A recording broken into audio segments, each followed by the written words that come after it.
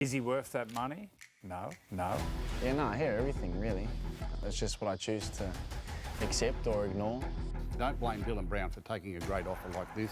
Yeah, look, some people say it's an overinvestment or it's a silly decision, but they obviously know what they're doing.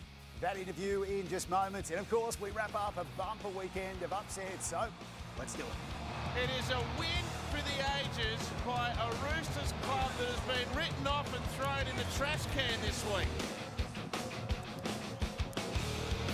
Yes, great to have you with us live here on 100% Footy. Round 2 done and dusted, and we've got a lot to get through. And as you saw just moments ago, the man James Tedesco is in the house. Good to see you, Teddy. Cam Smith, you'll be on this lineup right throughout season 2025. Feel good to be on the desk? Great to be here, Brace. Excellent. That guy's ready to spar with you. Oh. G'day, Brace. Oh. Good to see you, Gal. And Top Dog, what about you back-to-back to start the year? James Bracey, how you doing? Nice to see you. Everything all right? Spring in the step? Yeah, I'm okay. I was here at 6:30 for the Today Show. I'm still going at 9 o'clock at night. Yeah. It's a lot of live TV while you're running a football club. Flying. Let's get into it as we always do to kick off the show. What did we learn for the round that was? Gal, starting on the wing. Well, I saw this tweet pop up over the weekend by Uncle Gus. Gus, let me explain something. What's Wooden sticks cannot go inside aluminium cans. It's also known as recycling contamination. Now, you've let a lot of people down, Gus. You've let your wife down. You've let the universe down. You've let yourself down. Now, this is a commitment we made. We need a commitment from you that this will not happen again, okay? We need you to commit to the universe, commit to your wife, but most of all, you need to commit to yourself that you'll be better and this will not happen again. Is this possible? No chance in the world. It's recycling contamination. I'm getting old. We've got different bins in the house. I don't know what to put in each bin. And then when I get outside, we've got a red bin, we've got a green bin, we've got 2 yellow bins. What's a purple bin? What goes in the purple bin? Plastics. What? Plastic. Lavender. Right. Plastic. What I want to know is, And cans. what made her check inside the can to find the wooden paddle pop stick? Good call. Yeah. Do you want to know what the purple bin actually does? That's- If you fill the purple bin up with cans and plastics, you take it down the recycling centre, they pay you 10 cents per can. Yeah. That's me missus. She's got boxes of them in the garage. Yeah, she's Worth about smart. $3.80. Poor old Teddy's just wondering what he's walked into here. Is this, I don't know do what's they actually happening. talk about footy on this show? Thank you, Gal. Going off piece there. My wife's just turned off and gone to bed now. I'm in real trouble when I get home. For you, Cameron? Oh, look, there's a few things, but I've gone with this one. So it's been a while, right, since I've stirred this bloke up, but let's just go to the tape and have a look. Mate, is your bank balance getting a little bit low? Because I've heard you're trying to pick a fight with someone. Is that true? Nah, mate. Tell me. I'm not picking fights. I don't pick fights. Come on, Galza. I'm not fighting Sonny Bill over 2-minute rounds. It's just not going to happen. What about 2.5? No, it's embarrassing the fact we're even discussing 2 or 2.5 minute rounds. It's totally embarrassing. 3-minute rounds was boxing is fought over. He fought Francois both at 45 over 3-minute rounds. Barry Hall at 46 over 3-minute rounds. Mark Hunt at 49 What's the over offer, 3-minute Gal? rounds. How many zeros, Gal? Surely you can fight me, 43 years of age, over 3-minute rounds before I turn into Petch in a pool. Come on, Sonny, seriously. Wow. Be a man. Thanks for poking the bear, Cam. Thanks, boys. Hey, no It's an worries. easy one to poke. See you You get me guys. going quite easy. What about him just lobbing grenades from up in the commentary box tonight? So is it happening or not? Who would have known? It was just a friendly little jibe to He Gal, got angry, and didn't he? he lost it. You know I blow up easy. Oh, well, I've forgotten. No, See, you I forgot. Give it to me, He's mate. going 8 again. years in a row, mate. Give me a break. I thought all that was over. Hey, Nathan, that's what colour shirt he's got on. Yeah, Yeah, good point. Yeah, he's all dressed in blue tonight. Very Don't good. change the subject. Yeah. Is the fight on or not? Exactly. We want to know, mate. Is it happening? 100% footy. Let's move on. I will say this. I will say Wow. this. That normally when I come into an evening here to 100% footy, he's gorging on takeaway Thai food and lollies and chips and all sorts of things. The last few weeks, he's been sipping water. There's been no food in Trimming. sight. Something's happening. So Hey, I need a trim. Yeah, still recovering from Vegas too, just quietly. Teddy, I know you were busy over the weekend. Anything you learnt though? Yeah, there was some footage of Gus rubbing shoulders with a couple of the big dogs on the Roosters, I think, after our game on Friday night. Yes, this was behind the cameras right after full time. You notice this? Teddy noticed it and he was celebrating at the time, Gus. you put him up to this, Bracey. What's the chat here? Funny Couple of experience in the Roosters game there. heavyweights? Yeah. Uncle Nick, Footy. Mark We're just Lewis. talking about the great Roosters win, that's all. All the kids came into the team, got the job done. Bit of scuttle. Yep. I'll have to ask Michael about that a little later on. What about you, Gus? What did you learn from the round that was? I forget now after all that. You know what it is? Last night. How good were you? Bulldog fans love a day out at Belmore. Suburban grounds rule again yesterday. the crowds. You've got no idea the amount of work that our administration and our people who work at the Bulldogs have to put in to get this ground ready for all the crowds. But sellout crowd again yesterday. The atmosphere was electric. They were still partying well after the game. And it's only round 2. And look at this, there you go. These are the scenes out in the streets. Do you go out there, Gus? Hey? You get out there with the fans? No. We don't have parties. We close down the suburbs. The Bulldog fans. Chuck Gus in a trolley and push him around. Hey, wait till we get them all over to Vegas, baby. Oh, can you imagine? Wowee. But that was soured somewhat, though. Some key injuries. That hurts. Yeah, there was. Matty Burton and Viliame Kikau both went down. Look, could have been worse. It's not ideal at the moment, but at least we're going to get them back in, probably 4 to 6 weeks. I believe Viliame's slightly worse than Matt's. Matt's somewhere between a grade 1 and a grade 2, and Viliame's somewhere between a grade 2 and a grade 3. Probably 4 to 6 weeks, and I think we've got a buy in there somewhere too. But yeah, that'll test the depth, but I think we're better placed this year than we have been in previous years, and they've won the first 2 games, so spirits are high. All right, doggies, 2 from 2, but a bit to work with off the pitch. Let's get into the footy that was over the weekend with this man in the house tonight, James Tedesco. We can't not start with this. The Roosters, written off by absolutely everyone as they took on the 4-time champions for the last 4 seasons, the Penrith Panthers at CommBank Stadium on Friday night. Fascinating to see how the Roosters bounce off that 50-14 defeat in their opening game against the Broncos last week. The Roosters haven't beaten them in 6 years. For Alamotti with a dummy, it's taken them less than 3 minutes to score. They look sharp. Smith to Crichton, Smith to the one into Larksey. Get that in you. The Roosters lead the game. Anything can happen Friday. If they win this, I can't imagine they've had too many better wins. Those Roosters that have decided to come out into the Golden West in the heat to support their team that are having the time of their lives. Gee, they've been good, haven't they? Well, that's being courageous. That's what rugby league's all about, being brave. Wow. You can hardly believe what you're seeing. It's hard to think of a bigger upset in the last several years. Young stretching out. He's got the try. The Roosters have won it. It is a win for the ages by a Roosters club that has been written off and thrown in the trash can this week. I reckon that's our greatest win as a club. The amount of people we have out, the amount of young boys we got against the premiers, that was unbelievable. Yeah, I've got no words. The boys are just unreal. It was a privilege to witness it in the flesh on Friday night, Teddy, to be a part of something. We heard you just there say your greatest win. How do you sum that up now a couple of days afterwards? Yeah, it's obviously a big call after win a couple of premierships, but I think for me as captain, it's definitely my proudest moment. There was obviously a lot of doubt and people talking about our performance in round 1, but to come out there with we lost Rads as well, we lost Lindsay during the week, had our starting front rower, he's on a State Cup contract who went concreting on Saturday after the game. So to have guys like that just instilling that belief throughout the week that we could go out and create the win and just going out and doing that. I mean, to the last whistle, we had 12 men on the field for the last 7 minutes. Amazing. We made it tough for ourselves, but yeah, it was a really proud moment for me.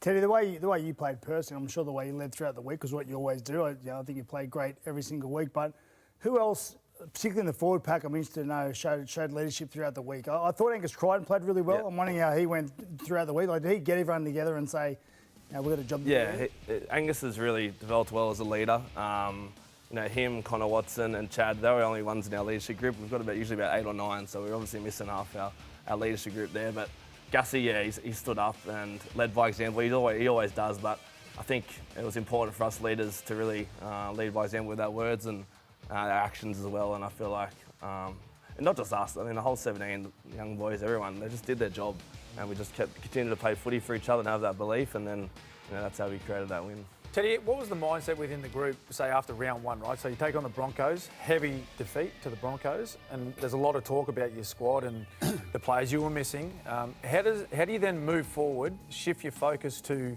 the reigning premiers, like the last 4 premierships in the Panthers, who have lost very few games over those 4 years? How do you change that so quickly and come up with the performance you did? Yeah, well, it's tough. You have a big pre-season, you train so hard, and you come out in round 1 and you're beaten by 50. So it's It's definitely deflating, but we knew we started that game really well against the Broncos. You know, we scored first. We had a really good 10-15 minute period. Then Rads went down and they scored some tries, and then a lot of the tries was just off our smarts. You know, they beat us on last plays and just competing. We just missed that sort of part of our game. So it was sort of some easy fixtures during the week, and we felt like our attack and our defence were actually not too bad. Obviously, the scoreline didn't show that, but I felt like we had a lot to build on, and we're going to keep building on that. And you know, I didn't know it would turn around so fast as it did in round 2, but that was our talk during the week. Just keep building and believing in what we were doing and believing in each other. And yeah, I mean, to do that against the Premiers in round 2, that's going to instill a lot of belief in the team for the rest of the year. I think as senior players, you've all been in the position at some time where you're playing with a lot of rookies in the team. There's been injuries or suspensions or what's happened, and you've got a lot of kids in the side. Always enjoyed that sort of preparation and that sort of challenge. But firstly, it takes the senior players having some confidence in the younger players, having some belief in them. Not only playing well yourself, but having belief in them that they can do the job. How do you sort of impart that to the junior players during the week? It's probably a balance for me. I think for me as captain and the most experienced player and the leader, I can get caught in trying to do too much. And for me, I've got to have that balance and believing in these young boys to go out and play, and I can just play my role and obviously do my thing in amongst that. But that was a good balance for me of just letting these boys play footy, encouraging them to play footy. I believe in them, we believe in each other and believe in our game plan and believe in what we've been doing all pre-season. So just go out and play footy. And obviously, you know, we came out in the first 3 minutes and they pretty much strolled through the middle of our team and score a try. And it's a bit, all right, boys, let's not get deflated here. Let's get on to the next job here. And, you know, it's easy to say that, but then for the whole team, whole 17 boys to really believe in that and go and play the footy they did, it's a real credit to them. Well, no one was predicting them winning. No one was expecting them to win. The game went 6-0, 6-all, 12-6, 12-all, 18-12, 18-all, 24-12, 24-all. What are you thinking as the game's going on? Can we just get 2 in a row or something like that to break the cycle? Yeah, I feel like their tries they scored were on last plays. I feel like we defended our goal line really well. They scored 3 from kicks. Yeah, from kicks and last plays, and I feel like we were defending really well. And obviously they weren't at their best; they were a bit scrappy with the ball. But I feel like it was just those little things we were just not missing on the end of the line on those last plays. So I feel like we were powering through them really well. Our support, as I said, those young forwards are really laying the platform for us, and then our spine, we're really connecting and creating some opportunities off the back of it. The challenge for the coach now is he's won with all them kids, and over the next couple of weeks, other players, senior players, will start to come back. Do you reward the kids and keep them in, or do the senior players come in over the top of them? And how does that change the dynamic? The thing I found with young guys, Gus, you know it too. When you got younger guys that train full time and are good reserve grade players, to come into first grade and play 1 or 2 games isn't necessarily all that hard because they're so excited, they're so energetic, they're ready to go. So to do it once or twice isn't the hard thing. It's playing first grade week in, week out. That's where the real grind comes in. That's where players start to struggle a bit. So, look, I think you probably might leave them there for a game or 2, particularly if they keep winning. But I think as time goes on, once the big guns start to come back, that they'll work their way back in the side. It's a big challenge this week. You've got to get on a plane and go to New Zealand, and some of them blokes wouldn't have. Yeah, well, we actually talked about that today at training. Like we came out and obviously played really well as a team. Individually, players played some of their best games, but week in, week out, to play first grade well, you have to recreate that every week. You can't just go out and expect it to happen. This week against Warriors, as you said, it's a different preparation for some guys who haven't played overseas or played New Zealand, but just putting all our energy into a great training session and preparing like we did last week. From a club aspect, a game like that, a win like that at any stage of the season can make your season. It can make your club, can't it? Like it'll be a very different feel around the eastern suburbs this week, won't it? Yeah, I mean, people were writing us off after one game against Brisbane, saying that we were gone for the year. Now people are saying we're back. So I think in between our 4 walls, there's always been that belief, not mattering what the result will be. We know what we're working towards and what we're doing at training is going to set us up for success. So if our whole 30-man squad is believing in that, then that'll set us up well. You start the season with Broncos-Panthers, round 1 and 2. But you're back doing it again with them in round 6 and 7 as well. I know. What's that? How does that happen? That is bizarre. It's a tough schedule, but yeah, that's good. Teddy, what about Mark Nawaqanitawaze? I'm pretty sure I said that correctly. He seems to take into footy pretty comfortably. I know the first week he's got towed up, but I thought he showed a few signs where he could definitely handle it. He was pretty good the other night, a couple of tries. He's a big body. He's hard to handle. He's one of our best. He's a big body. He's strong, fast, got good footwork, but he's real skillful. It's probably one thing I I was really surprised when he come over in the pre-season. Just his ability, his quick hands, his ability to know when to pass or when to run. That's been a real asset for us, and he's just still learning how to play for NRL, learning how to play left centre. It's not easy coming in and learning defensively how to play centre, but I think he asks a lot of questions. He's really good to have around the boys, and he learns really quickly, so he's doing a great job. Just off that, what's the prognosis with Sam Walker? When are they expecting him back? Yeah, middle of the year, I think around 12 or 13. But he's at training, doing most of the session. Obviously not the contact stuff fully yet, but he's out. Even today, he's out there throwing cut-out passes and tearing us apart. So he's looking good. Good, positive signs for the Chookies. We're going to be talking more about the Roosters and this man's career a little later in the show. But next, Dylan Brown one-on-one with Michael Chemis. The tell-all interview after taking up that mega deal to head up to Newcastle. Stay with us. Dylan Brown's life has changed forever. Taken the most lucrative contract in the history of the sport to lure Dylan Brown away from the Parramatta Eels. I just think it's a little bit irresponsible to sign someone to a 10-year deal. I sort of understand it. Like, it's a pretty scary deal. It's 10 years. Is he worth that money? No. Yeah, no, I hear everything, really.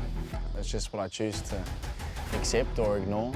Don't blame Dylan Brown for taking a great offer like this. Yeah, look, some people say it's an overinvestment or it's a silly decision, but they obviously know what they're doing. They've gone chips all in. This is a huge game. So I imagine then, Dill, when you're sitting down making this decision, when everything that you've been through at this football club, not an easy call to walk away from that. Yeah, no. Parramatta was my second home. They took me in, they took my family in, you know, they treat everyone like their own, and when you're in the West, you sort of understand. It's sort of hard to explain and unless you're involved. I just love being a part of like the Blue and Gold Army, you know, so yeah, it was tough. It's never easy. I honestly spoke with my managers about, you know, being on the open market, and I was, you know, not interested. Never once thought like, oh yeah, I'm gonna go somewhere else. And I said, go to work, do your thing, because obviously the clause is there. But I genuinely thought nothing was gonna come up. I thought, you know, make my deal a little bit better. I might get, you know, some more years out of Parramatta, which is obviously what I wanted. But when they finally come back to me, they just brought in this deal that I just couldn't turn down. There was a little bit of criticism around your comments about it's not about the money. What did you mean by that? Because on the surface, people think, well, of course it was about the money. What would it have taken for you to stay at Parramatta? I was very open and transparent with Parra as to what I was facing, what Newcastle were offering me. I wanted to stay at Parra, obviously, for longer. They couldn't do that. They couldn't match. Even though they tried, they just couldn't. Their vision was different to Newcastle Knights. And the vision of the Newcastle Knights is obviously what entertained me more. The money is obviously a bonus to that, but the 10 years was obviously probably the biggest reason why I went there. If Parra got to 10 years, would you have stayed for less? Well, yeah, who knows? They didn't put that offer forward, so I didn't really get to have that discussion with them. I know that they'd done what they could for what they were dealing with. 10 years is a long time. They never do those deals, and I know why. For Newcastle to do that, they've put a lot of faith in me, and I'm very grateful for that. All eyes are going to be on him everywhere he goes. If you're getting paid that money, that is the responsibility, and it's also the pressure that comes with it. It's going to be tough. It's going to be tough. This is the largest deal in NRL history. Yeah. Are you actually prepared for what that will bring? The pressure? Well, yeah, that's all I hear about all the time is the pressure, the pressure, the pressure. But obviously, you know, pressure is a privilege. That's what they say, and I do believe in that. It's a pretty big deal, man. Like it's. I've seen in the media the last couple of weeks what it means to some people, and obviously I don't want to let them down. But at the end of the day, all I can do is try my best. So. Newcastle have gone all in. You're the key to a premiership for that club now. You think you can win one at Newcastle? Well, yeah, I wouldn't go there if I didn't think that. Kalen Pong is a big deal as to why I went there. You know, having someone at the back like that is just, his calibre is ridiculous. Are you a 7? Right now, no, I'm not a 7. No, I'm not a 7. I'm a 6. I've always played 6 up until now. I'm my own player, and they spoke to me about that. They're willing to take me for what I am now. So many contracts these days, they have options in them. Yeah. Yours at Parramatta had options in them. Yeah. Is this going to be something that we're going to be talking about at Newcastle? Do you have options? Yeah, well, look, in your I'm sure Newcastle have seen the dramas that put me in with Paris, so no. I'm locked in for 10 years. So. A lot of people don't understand that, generally in the Polynesian culture, that part of you taking this deal is to provide for more than just yourself. Our family's all about giving. So that's what I've been raised on, and you know, giving back to your family, giving back to your community. Everything's bigger than you know what I mean? So when it comes to that, 100%, you're thinking about your family. I've got a mum, I've got a dad, I've got a sister, she's got 2 kids. And I've always, you know, wanted to do what's best, so niece and nephew look up to me. And yeah, just all these little things just sort of add up into the decision I made. So. Dylan Brown, it is tell-all with Michael Chemis in amongst a whirlwind week where his life was turned on its head. Michael's with us now. Good to see you, Chemmy. Brace. Your biggest takeaway from your time you spent with him? Yeah, look, he's a really laid-back kid, Dylan Brown. Like, he doesn't get fazed by much. Even all the noise that we've heard, I don't think it affects him as much as we'd expect it to affect him. And I know the performance on the weekend probably wasn't the outcome he was hoping, bouncing back from obviously notifying everyone that he was leaving. The fact that he was booed as well, I'm sure deep down that hurt him because he's given a lot to that club as they have given to him. But it's sport. That's the nature of sport. Fans, they have the right to voice their frustrations, and they love Dylan Brown. So you can tell that they're disappointed. No one begrudges the fact that he's leaving, but at the end of the day, you can understand why Parramatta fans are disappointed they're losing someone they've had at the club since he was 15 years old. Teddy, can you see why Dylan has decided to take up the offer and move to Newcastle? Yeah, definitely. It's a great opportunity for him. As he said, it's security for him and his family for the future. And I know Dylan's shoes. When I signed with the Roosters, I got booed at last game at Leichhardt. And you know, I think back then, as a young kid, you feel a bit disappointed in that, and you don't want to let anyone down. But you just got to realise that that's the game. There's passionate fans. They don't want to see you anywhere else but their club. I still get people coming up to me saying, "Why'd I leave the Tigers?" So that's just how it is. They never forget. Yeah, they never forget. But I guess being in that situation, Teddy, how much do you play out over the next few months? How much is Dylan going to be thinking about that decision for the rest of the year? Yours was later on in the year, right? Yeah, it was. Yeah, I mean, I think for Dill, at least he's got it done now, and he can focus on all his focus on the Parramatta for the rest of the year. So I know it's been a tough start to the year for him, but you know, not having Mitch there is obviously hurting them a lot. And when Mitch comes back, you can obviously Dylan can get back to playing his natural role for the team, and hopefully they can have some success. But yeah, it's not easy, but I think getting it done early in the year, getting it done so the talks stop and he can go and focus on playing for Parramatta. You imagine, Cam, that he would have loved just being able to get out on the paddock yesterday for that match against the Tigers, but crikey, they've got an uphill battle, Parramatta. Oh, they do. And, you know, Dylan's been the talk of the town, right? And you know, his movement and what his decision was going to be and whether he was going to end up being a Parramatta player for the rest of his career, and he's chosen not to be. He's chosen to be a Knight, but he is far from being the issue at Parramatta at the moment. But they were completely outplayed by a very young Tigers roster yesterday. Yeah, Lockie Galvin was very good. Jareen Buller he was close to the best player on the field, but they've got a lot of issues. Like, you look at their first up effort in Melbourne. Now, I know, again, you know, they're missing their main man in Mitch Moses, he's the guy that steers them around the park, but you know, defensively they look fragile at times. You know, they look like they lack a little bit of effort, and they look like they're just all over the shop and not on the same page at the moment. I know Jason Roll's a new coach, you know, sort of whole new staff going in there at the moment. They would have done a lot of work over this pre-season to get ready, and they're still learning, I'm assuming.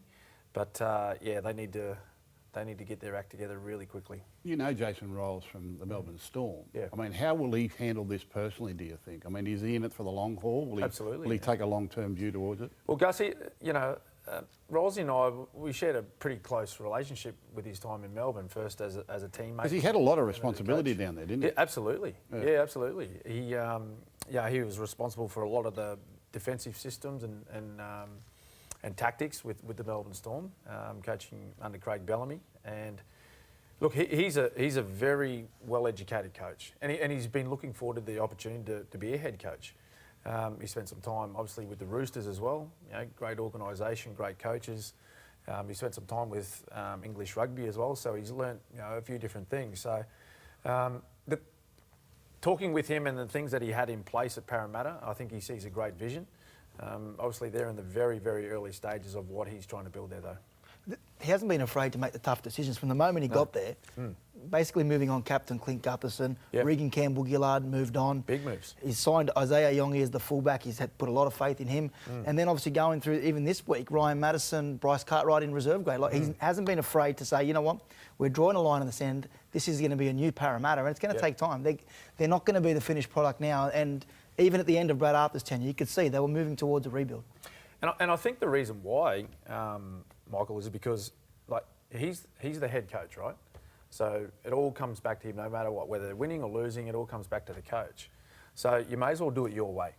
You know what I mean? And you've got to make the tough decisions as the leader of that organisation. You know, the football department. You've got to be willing to make some hard and tough decisions if you think that's the right thing for your footy club moving forward. If it's not, then you wear that responsibility. This Sunday, Nines footy, Eel v Dog. So quite a match-up there, Dog. Bring it on. Always is. Parramatta, Bulldog. Grudge match. There's always drama. Always drama. Always drama when the dog meets the eel. Always drama. Can sell a match. Oh, he knows how to sell. Always drama. Now, while we've got you on the desk, Michael, Scuttlebutt Central, and there's a bit to work with here. A lot of chat about one of this bloke's teammates perhaps defecting to the fiercest of rivals. They've timed it well with him on the panel. We talk about Brandon Smith. A lot of noise about his future. We know that he's not going to, well, he's been told he won't be at the Roosters beyond the end of this season, and it looks as though that may even come a little bit earlier. Now, the Roosters, from my understanding, having spoken to people at the club today, they're happy for him to leave mid-season. He's obviously coming back from injury, won't play till June, July, and if it works out well with the Rabbitohs circling, that they're happy to release him before June 30. And the Rabbitohs, if they have the financial capacity to make that happen, they're in a position to do so. So those conversations are happening now. They hate each other, the Roosters and Rabbits, is trying to work out if there is any need to pay any compensation or working out the balance of that, the remaining funds. Really, by the time June 30 comes around, the Roosters would have paid almost $600,000 of his $900,000 for the year. So it's just a matter of whether the Rabbitohs can fit the rest in there. It's a bit of an awkward one for you, Teddy. I know this has been bubbling in the background for a while, but your thoughts on the way this is sort of playing out? Brandon's still at the club at the moment. Yeah, well, Brandon's been getting through his rehab really well. Him and Sammy pretty much been training together through the whole off-season and the start of the year, and I think those two are looking to come back around the same time in the middle of the year. So he was actually really good at Cheats today. He was in there doing a lot of our team stuff and cutting us up a bit. So, I mean, hopefully we have him for the rest of the year, because if he can come back in the middle of the year and really add some value to us, if Connor can go in the lock role or play another position, I mean, that just adds value to our team. So, yeah, hoping he can still stay. All right, blowtorch to the belly with you two blokes, all right? We only see him from the outside looking in. You've had a lot to do with him. What makes him tick? What sort of bloke is he? Cheese. Yeah. He's really laid back sort of guy. He enjoys a laugh, but he's actually very smart, footy smart.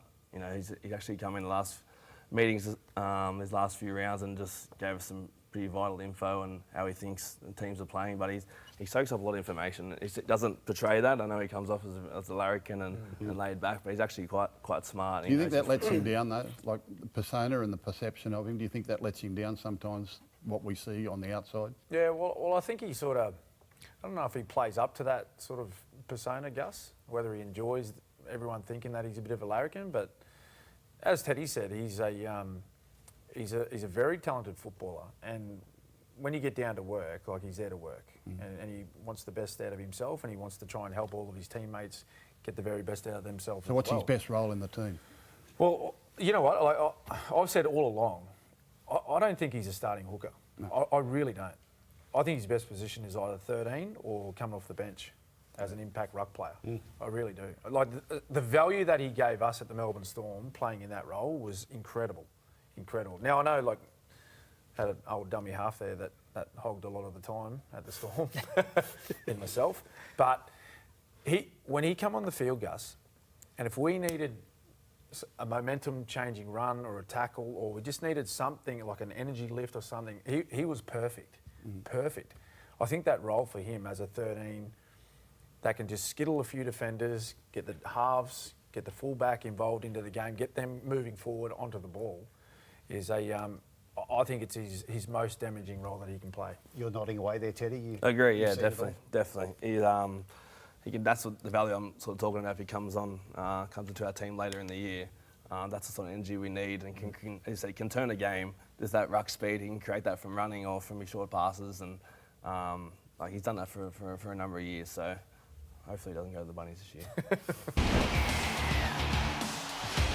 Our 100% footy star in the spotlight tonight is, of course, Mr. James Tedesco here tonight, talking all things rugby league. It has been some career now at 32 years of age, and well, we heard him on Friday night in the back of that standout win, the Roosters upsetting the Penrith Panthers, who have won the last 4 premierships. Let's have a look back, starting from what we saw on Friday, the career that's been, and hopefully has plenty still to come. Last year, fullback of the year in the Dally M count, and playing for your country. Player of the final a couple of years before that. Wearing that blue, we know how much he's loved it and been skipper of his state. Going back a little further, those back-to-back premierships in 18 and 19. And Dally M Player of the Year back in 2019 on top of picking up the State of Origin Player of the Series. And there's little baby Teddy all those years ago. Coming out, Teddy, debuting. You're at the age of 19, 30 minutes into the match, you do your ACL. And there'd been so much talk, so much hype, so much excitement about the James Tedesco that we're about to see. 13 years on, what would you go back and say to that young James Tedesco who was about to start his rehab after being so shattered? Yeah, it was a tough time. I mean, such an exciting build-up in the week. Debuting at Leichhardt and Sunday Arvo doesn't get much better than that. Had all my friends and family out there, playing against Gal.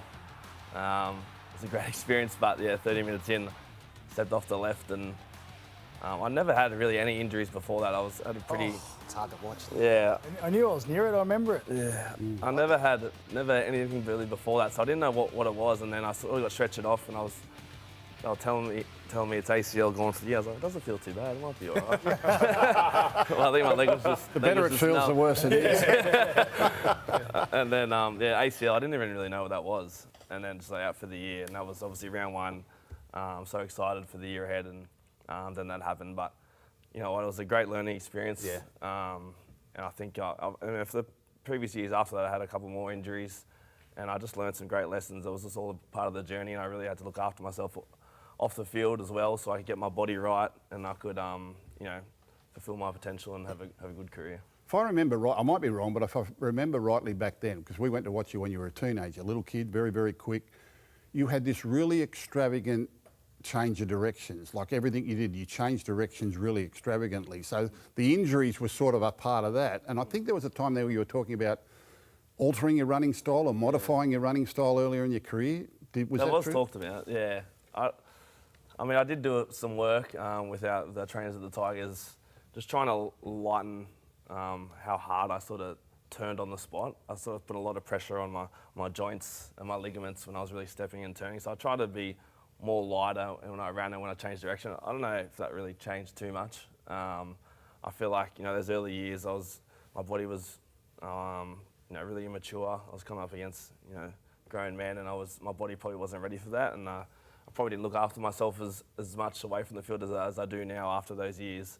I really put a lot of time into my rehab, my recovery, and just looking after my body as best as possible. And then, 2015 is when I made those changes, ended up playing every game for the year, and then, you know, played for New South Wales the year after. So they're all great lessons, all great learning curves, and, you know, it was a great journey. Teddy, you're only 32. We talk about you as an elder statesman in the game these days, but 32, like realistically, you probably could really be coming into your prime. How do you feel physically, and how long do you expect to keep going, or do you want to keep going? Yeah, I feel great physically. I mean, even during the pre-season, you know, didn't miss a session. Was training, was doing everything in training. Body feels great. And I think that's been a big part of my career is having my routine, looking after my body. You know, having regular massages, stretching, ice baths. The one I got them at home now. So I really just take a lot of time and looking after myself and my body, and I'm feeling really good. Have you noticed how much?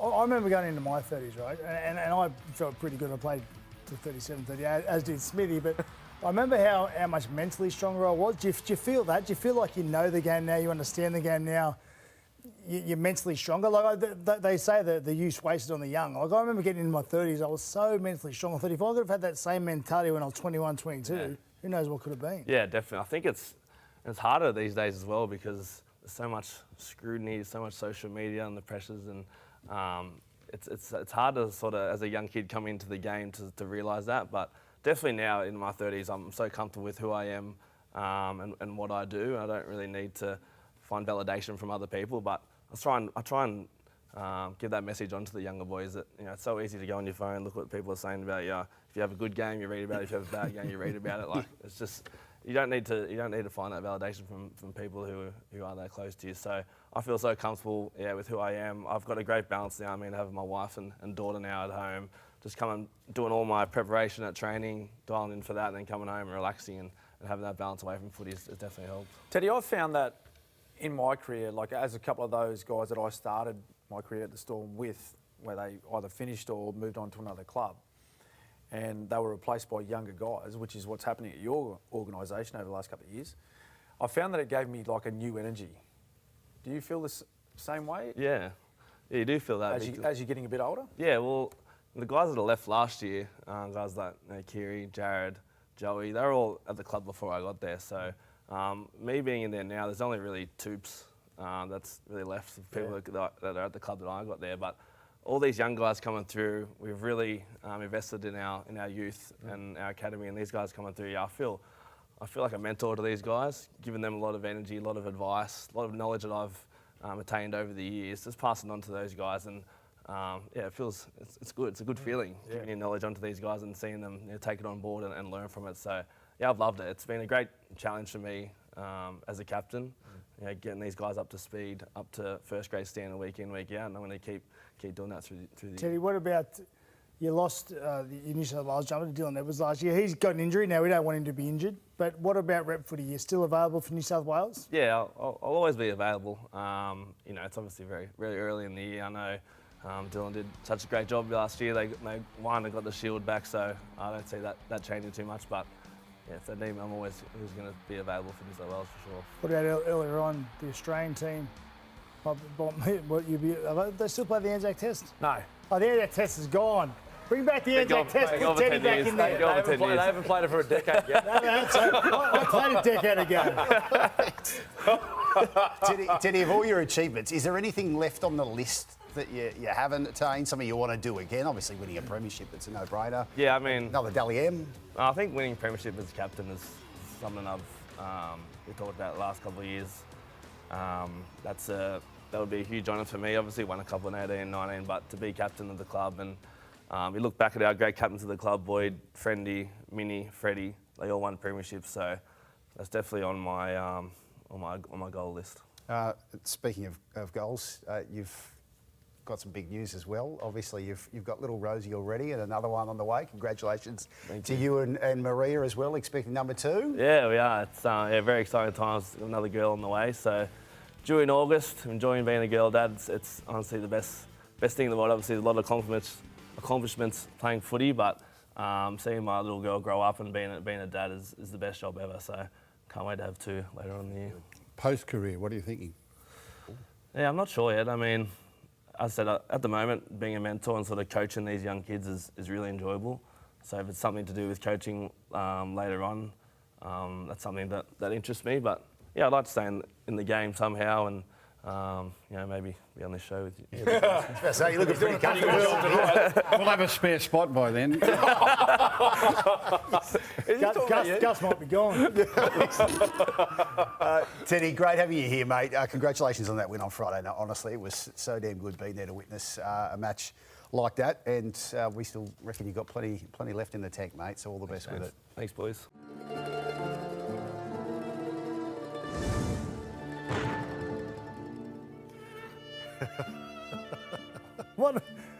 What's happening? That's rather sad, isn't it? Yeah, that was a bit, a little morbid, a bit intimidating. There's blood there and everything. The Gouldfather and the Goats. sad. We're having a bit of fun with 100% footy in 2025. Wakes up with a horse's easy, head Gus. in his bed.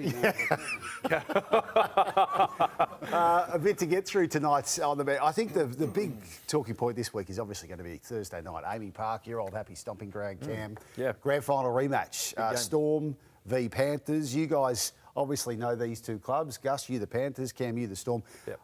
So intimately as well. You go back to how this rivalry has developed, that 2020 grand final, which you were a part of. There's a lot there, isn't there? Yeah, there is a lot. As you said, started back in 2020, where they were the raging red-hot favourites for that premiership in 2020. And rightly so, given the run that they went on. I think they won like 17 matches in a row leading into that grand final. Little pattern. I still remember we only played them on the one occasion during that year, and it was at Campbelltown. No crowds. You got to remember, it was that COVID year. During COVID, yeah. Yep. And we went out. It was probably our poorest performance of the entire year, and they beat us by about 8 points. Right. I remember coming off the field thinking to myself, I really hope we get another crack at those guys because I reckon we'll get them. And a lot of things went right for us on that night. But as you said, they've actually played each other in a couple of big games in the seasons afterwards, and then obviously last year in the grand final. So it's a bit riding on this one. Obviously, the Storm, there'll be a bit of feeling there about the result last year, but also for Penrith, they're a side now that they've built this aura around them that they lose very few times consecutively, and after that performance on the weekend, I think they'll want to get back out there and be at their very best. Can I ask you how you assess this grand final? The final score was only 14-6. What they proved on this night, that they were clearly the two best teams in the competition. Yep. None of the teams could get near these two. No two teams could turn on a game like this, which actually produced Origin-like figures the whole night. But I walked away from it. Even if it was only 14-6, I felt like Melbourne were never going to win it. I felt like, and I even felt after the game that Melbourne were frustrated thinking, how do we beat this side at this time? Did you feel like that? Did Melbourne feel like that after the game? I don't think they ever thought that they weren't going to be in it, Gus. I thought it was a great game of football, a very even game of football. I just thought that Penrith, they had a bit more experience at that game, compared to Melbourne. They had a lot of guys playing there or being involved in their first grand final build-up. As you know, Gus, it's a big week. Particularly your first go at it. And I think back to my first time in grand final week, 2006. We went into that game as favourites against the Broncos, but we come up against a side with Darren Lockyer, Petro Civoniceva, Shane Webke, a lot of experience in that footy side, and they just knew how to get it done. So I think that was the difference last year in that grand final, was that when the opportunities arose, Penrith took those opportunities. Melbourne Storm had opportunities, but they just couldn't capitalise on them like Penrith did. Can I ask, at the end of the 2020 grand final, there was vision of you going over and seeking out Nathan Cleary, and you had a word in his ear. Yeah. What did you say? Oh, it's been kept a secret for a while. No, look. That's why. Yeah, look. He was actually with his father, and he was clearly hurting and disappointed. And I actually went down to him and said, "Look, mate, you've had a fantastic year." I said, "I know how much this hurts. I've been in the exact position you're in. Just learn from it and get better." And I just left it at that. And look what you did. I shouldn't have done it. I shouldn't have done it. Yeah.